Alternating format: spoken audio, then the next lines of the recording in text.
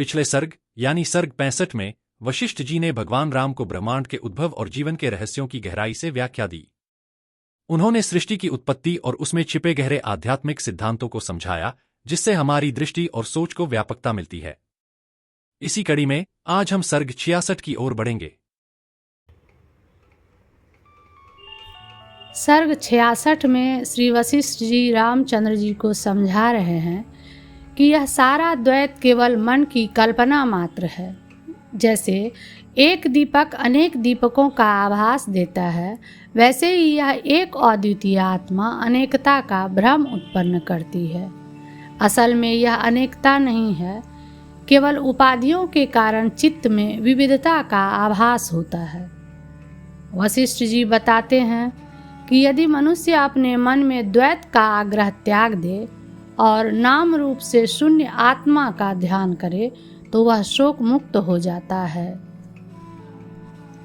चित्त का शांत होना ही द्वैत का अंत है, क्योंकि चित्त के हट जाने से यह जगत भी शांत हो जाता है। जैसे कि जूतों से ढके पांव वाले व्यक्ति को संपूर्ण पृथ्वी चमड़े से आच्छन्न प्रतीत होती है।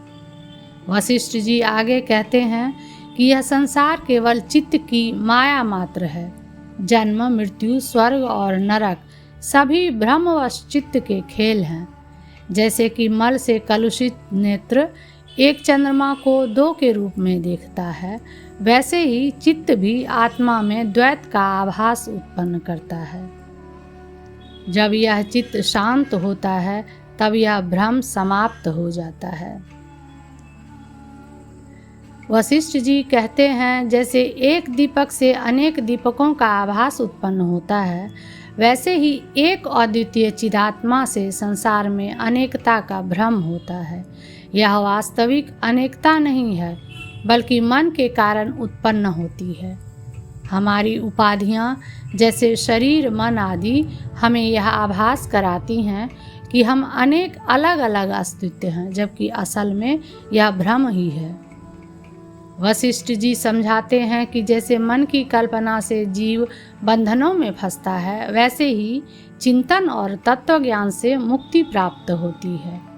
यदि हम अपने अंतःकरण में द्वैत का त्याग कर चिदात्मा का विचार करें तो हमें असली स्वरूप का अनुभव होता है और हम शोक से मुक्त हो जाते हैं।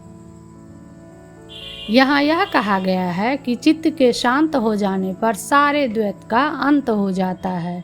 जैसे जूते से ढके पैर वाले व्यक्ति को संपूर्ण पृथ्वी चमड़े से ढकी हुई लगती है, वैसे ही जब चित्त शांत हो जाता है तो सारा जगत भी नष्ट हो जाता है।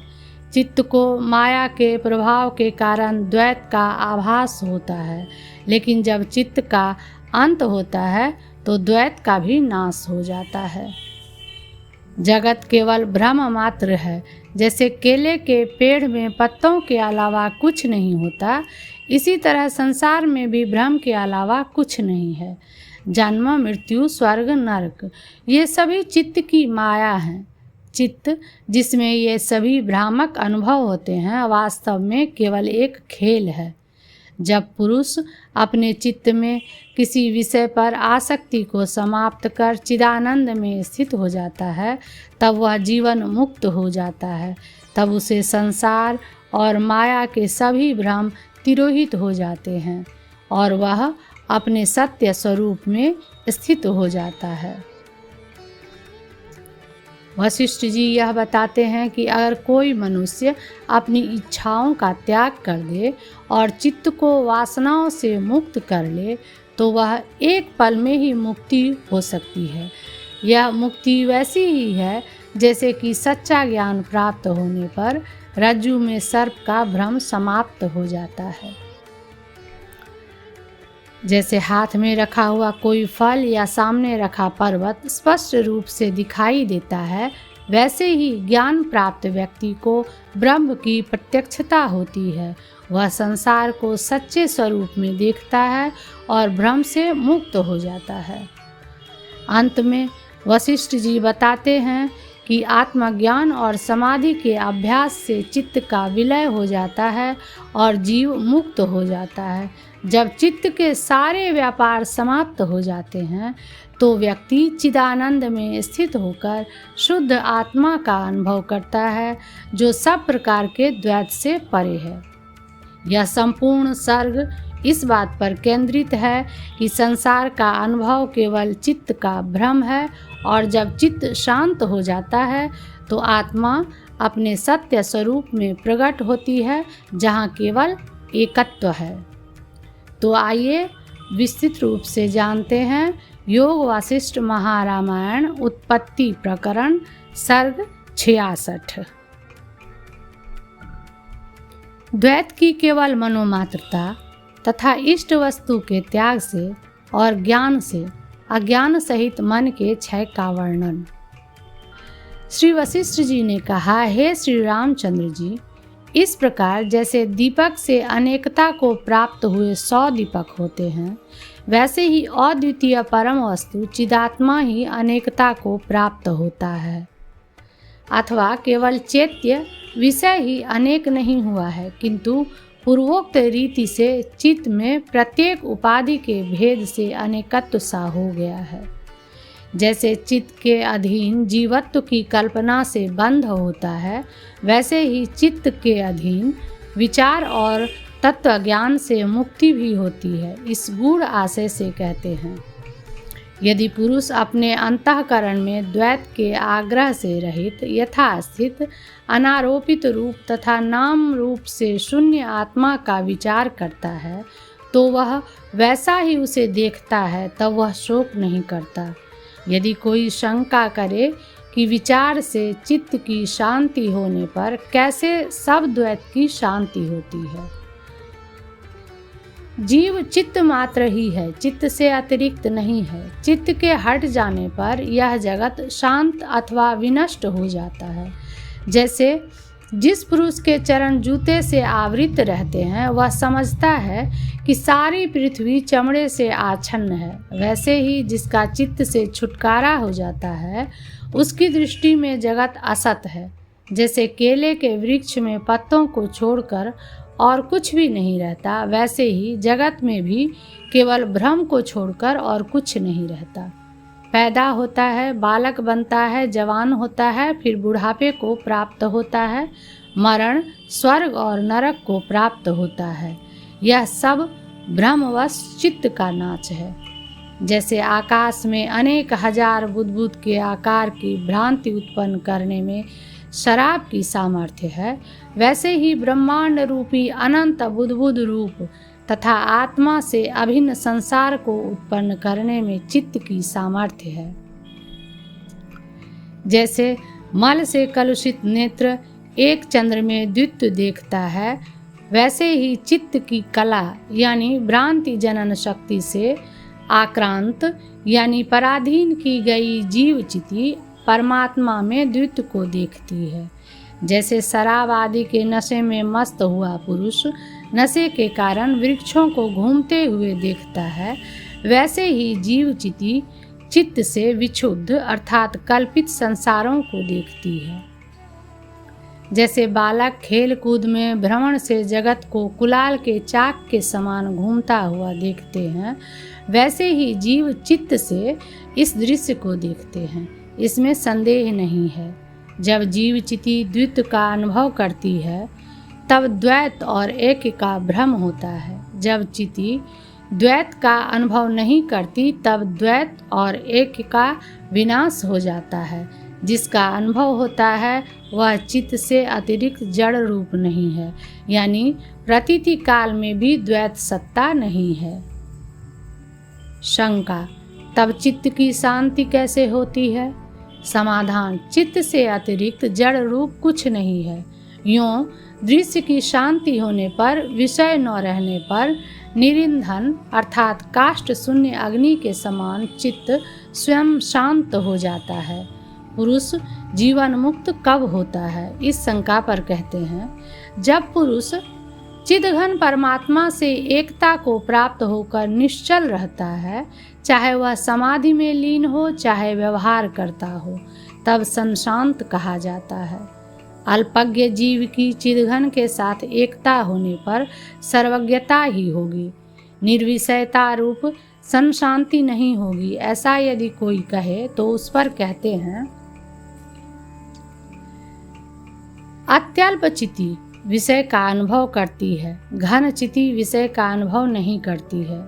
जैसे कि थोड़ा पागल पुरुष चित्त चमक उठता है, लेकिन अत्यंत पागल व्यापार शून्य होकर रहता है। भाव यह है कि चित्त की सविषयता केवल चित्त से नहीं होती, किंतु अविद्या विक्षेप युक्त चित्तवश होती है। उक्त सविषयता ज्ञान तथा समाधि की दृढ़ता से उद्बुद्ध हुई चिद्घन की एकता से अविद्या विक्षेप के हट जाने पर दूर हो जाती है। जो ईश्वर आदि की सर्वज्ञता है वह भी मायिक ही है, वास्तविक नहीं है। अतः कोई दोष नहीं है। जिसका ध्यान निरंतर चिद्घन के सिवा अन्य विषय में नहीं रहता है, अतएव चिद्घन रूप परम पद में आरूढ़ यानी निर्विकल्प समाधि तथा आत्म साक्षात्कार से युक्त चित्त का नैरात्म्य अर्थात स्वरूप शून्यता, शून्य वेद्य अर्थात निर्विषयता आदि पर्याय शब्दों से प्रतिपादन होता है। चित्त में चेत्यता, जड़ता, सांसारिकता आदि की कल्पना भी चित्त के कारण ही होती है। चित्त के शांत होने पर चित्त में उक्त चेत्यता, जड़ता आदि दूर हो जाते हैं, ऐसा कहते हैं। चिति चित्त के व्यापार द्वारा ही चेत्यता को प्राप्त होती है और मैं उत्पन्न हूँ, जीवित हूँ, देखती हूँ, संसार को प्राप्त होती हूँ, इस प्रकार के असत्य भ्रम को देखती है। चेतन चित्त के व्यापार स्वभाव से अतिरिक्त नहीं है। वह समाधि तथा ज्ञान के अभ्यास से भले ही उपरत हो जाए, किंतु चित्त कहाँ उपरत हुआ, यानी अनुपरत ही रहा, ऐसी शंका पर कहते हैं चेतन चित्त के स्वभाव से अतिरिक्त नहीं है। जैसे कि स्पंद को छोड़कर वायु का दूसरा स्वभाव नहीं है, जैसे उष्णता के हट जाने पर अग्नि शांत हो जाती है, वैसे ही व्यापार के नष्ट हो जाने पर चित्त अवशिष्ट नहीं रहता, क्योंकि चेतन व्यापार के सिवा चित्त के अंदर किसी दूसरे स्वरूप का कोई अनुभव नहीं करता। इस प्रकार चित्त के हट जाने पर चित्त में चैत्य का प्रकाश न होने से और जो वस्तु प्रकाशमान नहीं है उसका साधक कोई दूसरा न होने के कारण उसकी असिद्धि होने से वह नष्ट रूप ही है, ऐसा कहते हैं। चित्त से जिस किसी का अनुभव होता है वह चैत्य है। रज्जु में सर्प भ्रम के तुल्य प्रतीत होने वाले उसे अविद्या भ्रम कहते हैं।